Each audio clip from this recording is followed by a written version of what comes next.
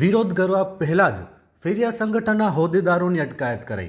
National hawker federation ગુજરાતના general secretary Mohammad Lakha ઉપરાંત ભુજ શહેર શેરી ફેરિયા સંગઠનના અધ્યક્ષ અભિષેક ઠક્કર, જિલ્લા હોકર ફેડરેશનના કન્વીનર વિમલસિંહ ચૌહાણ, ટીવીસી સદસ્ય અને જિલ્લા મહામંત્રી મયુર ગોર ઉપરાંત કારોબારી સમિતિના સક્રિય સભ્ય દિનેશ કુમાર મિશ્રા, કલ્યાણસિંહ પ્રજાપતિ, દીપક ઠક્કરની વહેલી સવારે 10 વાગ્યાની આસપાસ લોકલ ક્રાઇમ બ્રાન્ચે અટકાયત કરી હતી।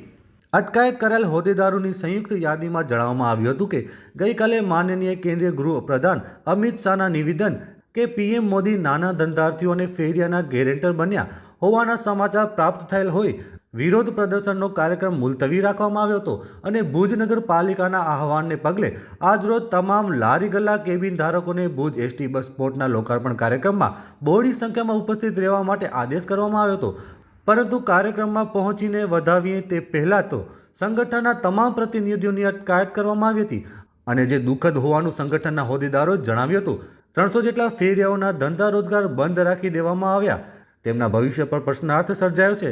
ત્યારે પોલીસને આગળ કરીને કરવામાં આવેલ અટકાયતને અનધિકૃત ગણવામાં આવી રહ્યું છે।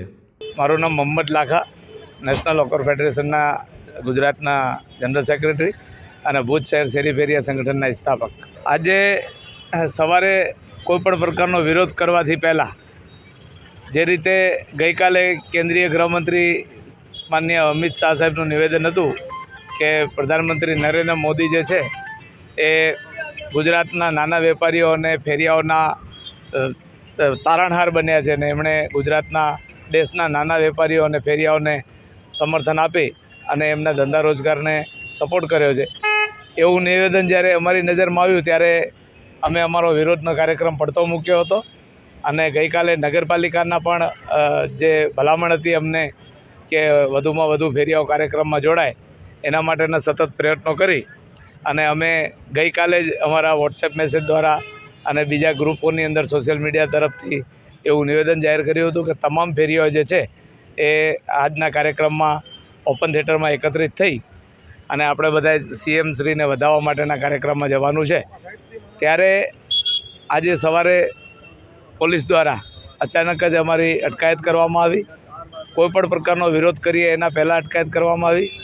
સરકારે અમારી જે રજૂઆત હતી એને તો ધ્યાને નથી જ લીધી, પરંતુ જે અમારો કાયદેસરનો અધિકાર, જે બંધારણીય અધિકાર છે એને પણ નજરઅંદાજ કરી અને પોલીસનો ઉપયોગ કરી અને સંસ્થા સંગઠનના 13 જેટલા હોદ્દેદારોની આજે અટકાયત કરી અને ભુજ ક્રાઇમ બ્રાન્ચ અમને સવારે લઈ ગઈ હતી। લોકલ ક્રાઇમ બ્રાન્ચથી અમને કોઈ ફરિયાદ નથી। લોકલ ક્રાઇમ બ્રાન્ચે પોતાની ફરજ જે છે એમના ડ્યુટીના ભાગરૂપે જે ફરજ એમને સોંપવામાં આવેલી સરકાર દ્વારા એ ફરજ એમણે પૂરી કરી છે। પરંતુ જે સરકાર જે છે કે આવી રીતે લોકોના અવાજને દબાવી દેવા માટે પોલીસનો ઉપયોગ કરી રહી છે એ નિંદનીય છે। બિલકુલ સરકારના ભુજ બસ સ્પોટનો કાર્યક્રમ આજનો હતો એ સરકારનો કાર્યક્રમ પૂરો થયો છે, પ્રશાસનનો કાર્યક્રમ પૂરો થયો છે, પરંતુ ભુજ શહેરના શેરી ફેરિયાઓ જે છે એમના માટે આજથી સંઘર્ષ શરૂ થયો છે। કારણ કે આવતીકાલે જ્યારે એ લોકો જૂની જગ્યાઓ ઉપર લગાવશે કે જૂની જગ્યાએ બસ સ્ટેશન શરૂ થયું છે ત્યારે બસોની આવજાવ થશે ત્યારે તમામ ફેરિયાઓને તકલીફ પડવાની છે। આ જગ્યાનું તાત્કાલિક અસરથી સરકાર વ્યવસ્થા કરે, અન્યથા આવનારા દિવસોમાં વિરોધ પ્રદર્શન સાથે મોટું સંઘર્ષ અને કાયદાકીય રાહે કામગીરી લેવા માટેની અમને ફરજ પડશે।